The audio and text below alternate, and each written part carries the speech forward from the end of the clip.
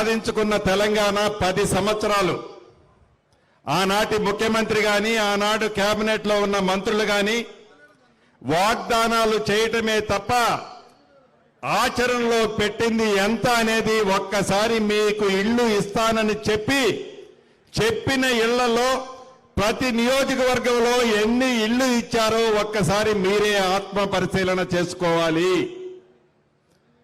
ఆనాడు ఇందిరమ్మ రాజ్యం ఉన్నప్పుడు ఉమ్మడి ఆంధ్రప్రదేశ్లో సుమారు 38 లక్షల ఇళ్లు ఇందిరమ్మ ఇళ్లు ఇస్తే కేవలం తెలంగాణ రాష్ట్రంలో సుమారు 17 లక్షల ఇళ్లు కట్టించిన ఘనత ఆనాటి ప్రభుత్వం ఇందిరమ్మ రాజ్యానిది.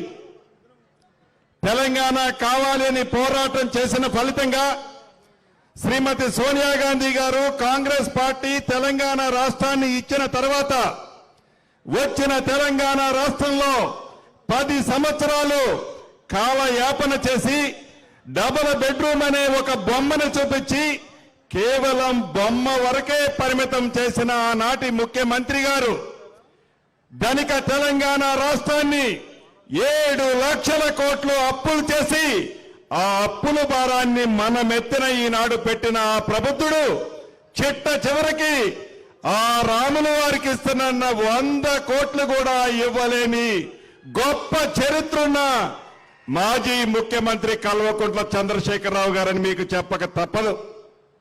ఈనాడు ఈ గడిచిన 3 నెలలలో చిత్తశుద్ధితో ఈ ప్రభుత్వం ఎలా పనిచేస్తుందో మీకు తెలియంది కాదు. ఇంతకు ముందు మా సహచర మంత్రులందరూ చెప్పారు. గడిచిన 3 నెలలలో ఆనాడు అభయహస్తం ద్వారా 6 గ్యారెంటీలు ఇస్తానని చెప్పి శ్రీమతి సోనియా గాంధీ గారు, రాహుల్ గాంధీ గారు, ఖర్గే గారు, ప్రియాంక గాంధీ గారు చెప్పిన మాట ప్రకారం మనందరి నాయకులు గౌరవ ముఖ్యమంత్రి గారు ప్రమాణ స్వీకారం చేసిన 48 గంటల్లోనే 2 కార్యక్రమాలను మీ గుమ్మానికి చేర్చిన ప్రభుత్వం మీ ప్రభుత్వం, ఇందిరమ్మ ప్రభుత్వం. అంతేకాదు మళ్ళీ గడిచిన 27వ తారీఖు నాడు మళ్ళీ 2 కార్యక్రమాలని ఆడబిడ్డలకు 500 రూపాయలకే గ్యాస్ మద్దు 200 కరెంట్లు యూనిట్లు ఉచితంగా ఇచ్చిన ప్రభుత్వం మీ ప్రభుత్వం, ఇందిరమ్మ ప్రభుత్వం. గడిచి 3 నెలలు కూడా పూర్తి కాలే మళ్ళీ ఈ రోజు 5వ అంశం 5వ గ్యారంటీని మీకు మాటలతో కాకుండా చేతలతో ఇస్తున్న ప్రభుత్వం మీరు మనస్ఫూర్తిగా దీవించిన మీ ఇందిరమ్మ ప్రభుత్వం అని మనస్ఫూర్తిగా ఈ వేదిక ద్వారా చెప్తున్నాను.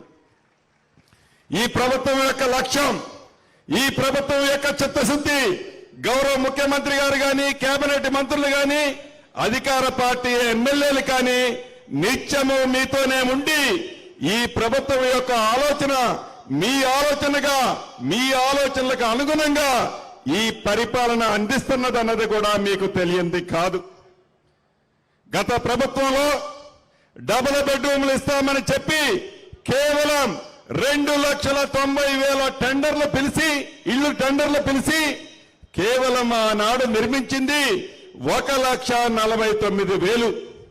ఈ 1,49,000 ఇళ్లలో పేదలకి పంచిపెట్టింది ఎంతయా అంటే 95,000 ఇళ్లు.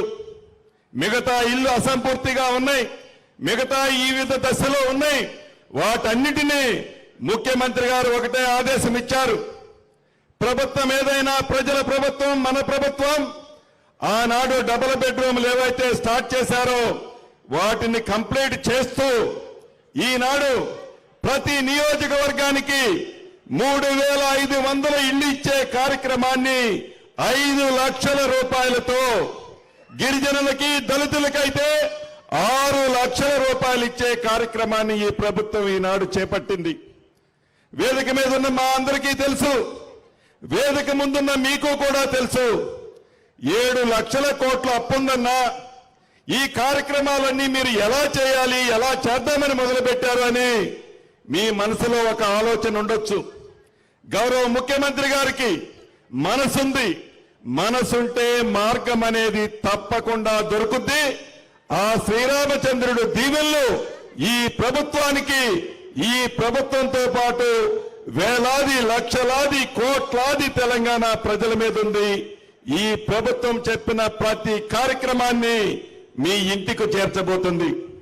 ఈ ఇళ్ళు ఏవైతే ఉన్నాయో ప్రతి ఇంటికి స్థలము ఎవరికైతే ఉందో మొదటి విడతగా స్థలము ఉన్న వారికి ప్రతి గ్రామంలో అతి పేదవాళ్ళకి పార్టీలకు అతీతంగా అతి పేదవాళ్లకు మీ గ్రామంలో గ్రామ సభలు పెట్టి మీరు ఎస్ అన్న తర్వాతనే ఆ ఇల్లు ఆ గ్రామంలో ఇవ్వబడతాయని కూడా ఈ వేదిక మీద నుంచి మీకు తెలియజేస్తున్నాను.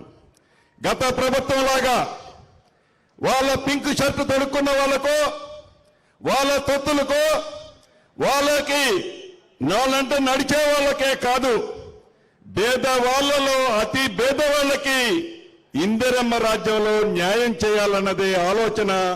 ఇది ప్రజల ప్రభుత్వం, ప్రజాప్రభుత్వం, మీ ప్రభుత్వం. కాబట్టి అదే రకంగా ఇంకా నియమ నిబంధనలన్నీ తప్పకుండా ఆల్రెడీ ముఖ్యమంత్రి గారు జీవో సైన్ చేశారు. అతి కొద్ది రోజుల్లో మీకు ఆ ఫలితాలు అందబోతున్నాయి. రెండో విషయం, ఆనాడు ఇందిరమ్మ రాజ్యంలో తెలంగాణ రాష్ట్రంలో సుమారు 11 లక్షల ఇళ్లు ఇందిరమ్మ ఇళ్లు కట్టిన ఘనత ఆనాటి ప్రభుత్వం ఇందిరమ్మ ప్రభుత్వానిది. ఇళ్ళైతే కట్టిన తర్వాత గడిచిన 10 సంవత్సరాలలో ఆ కట్టిన ఇళ్లకు సంబంధించిన సర్టిఫికెట్లు ఎవరైతే ఇల్లు కట్టుకున్నారో ఆ ఇందిరమ్మ ఇల్లు కట్టుకున్న వారి సర్టిఫికెట్లు గడిచిన 10 సంవత్సరాలలో అవి మీకు ఇవ్వాలని ఇంగిత జ్ఞానం కూడా ఆ ప్రభుత్వానికి లేదు. గౌరవ ముఖ్యమంత్రి గారితో కేబినెట్ లో చర్చించినప్పుడు తప్పకుండా వాళ్ళ ఆస్తికి సంబంధించిన సర్టిఫికెట్ వాళ్ళకి ఇవ్వాల్సిన అవసరం ఉంది. తప్పకుండా ఈ 17 లక్షల మందికి మీ ఇళ్లకి పూర్తి హక్కుని కల్పించే పత్రాన్ని ఈ ప్రభుత్వం పెద్దలు రేవంత్ రెడ్డి గారి చేతుల మీదుగా దీనితో పాటు దాన్ని కూడా లాంచింగ్ చేసుకోబోతున్నాం. ఇక మూడోది, ఇందాక చెప్పాను ప్రజలని మోసం చేసినట్లు చెట్టజేరుకు రాముల వారిని కూడా మోసం చేశాడు అని.